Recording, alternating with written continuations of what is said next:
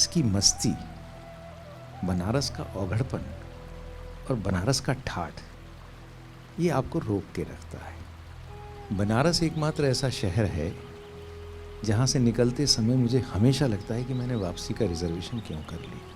ये शहर अद्भुत है जो आपको खींचता है, आपको बांधता है, आपको रोके रखता है। 8 या 9 की जब मैं पहली बार बनारस गया तो गंगा आरती के समय हमारे जो स्थानीय हमारे जो मित्र थे उन्होंने कहा कि गंगा आरती होगी, और चूँकि मैं एक विश्वविद्यालय का कुलपति होता था इसलिए उन्होंने आपके हाथों आरती करवाई जाए वगैरह, वो सब हुआ।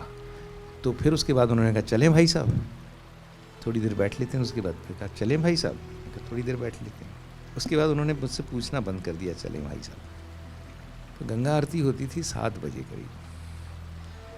थोड़ी देर बाद जब मेरी तंद्रा भंग हुई तो मुझे लगा मैं कहाँ हूँ, आसपास जो थे वो कोई दिख नहीं रहे हैं। तो पता पड़ा पीछे बैठे। तो मैंने पूछा उनसे कि कितने बज गए, कि घड़ी में पहनता नहीं, तो कितने बज गए? भाई साहब 9:30 हो रहा है, 2.5 घंटे आप बैठे हैं, पता ही नहीं लग रहा, और कुछ नहीं कर रहे हैं, सिर्फ गंगा जी को निहार रहे हैं। कुछ दीप लोग छोड़ रहे हैं, उसको देख रहे हैं।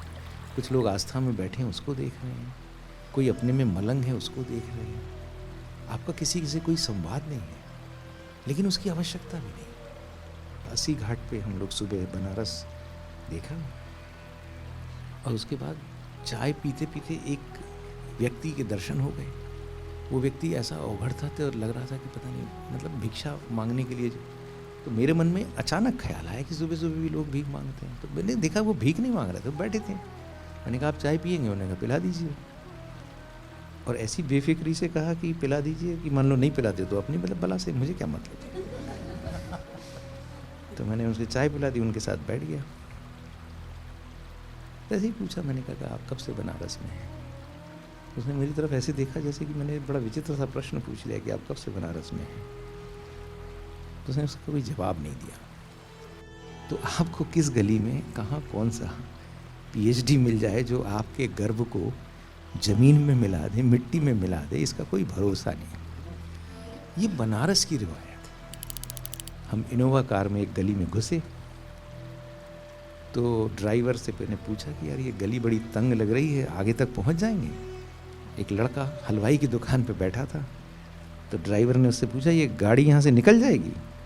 तो उसने कहा हाँ। तो इसने गाड़ी ले गया।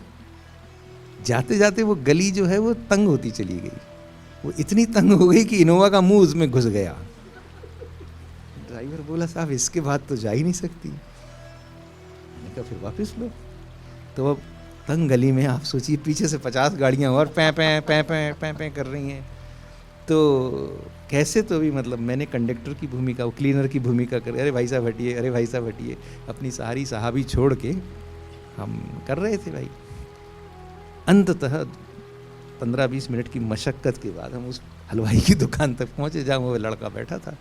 अच्छा वो मुझे देख के हंस रहा है फजीयत में। मैंने कहा यार तुम अजीब हो, तुमने कहा गाड़ी निकल जाएगी, हमने गाड़ी डाल दी, अब निकल ही नहीं रही। तो बोले आपने कहा था चली जाएगी, तो मैंने कहा चली जाएगी तो बोला था, मैंने कहा वापस आएगी ये कहाँ बोला था। तो ये 10-12 साल का बनारस का बच्चा बनारसी ठाठ में जब आपसे बात करता है तो वो दुनिया का सर्वश्रेष्ठ व्यक्ति होता है।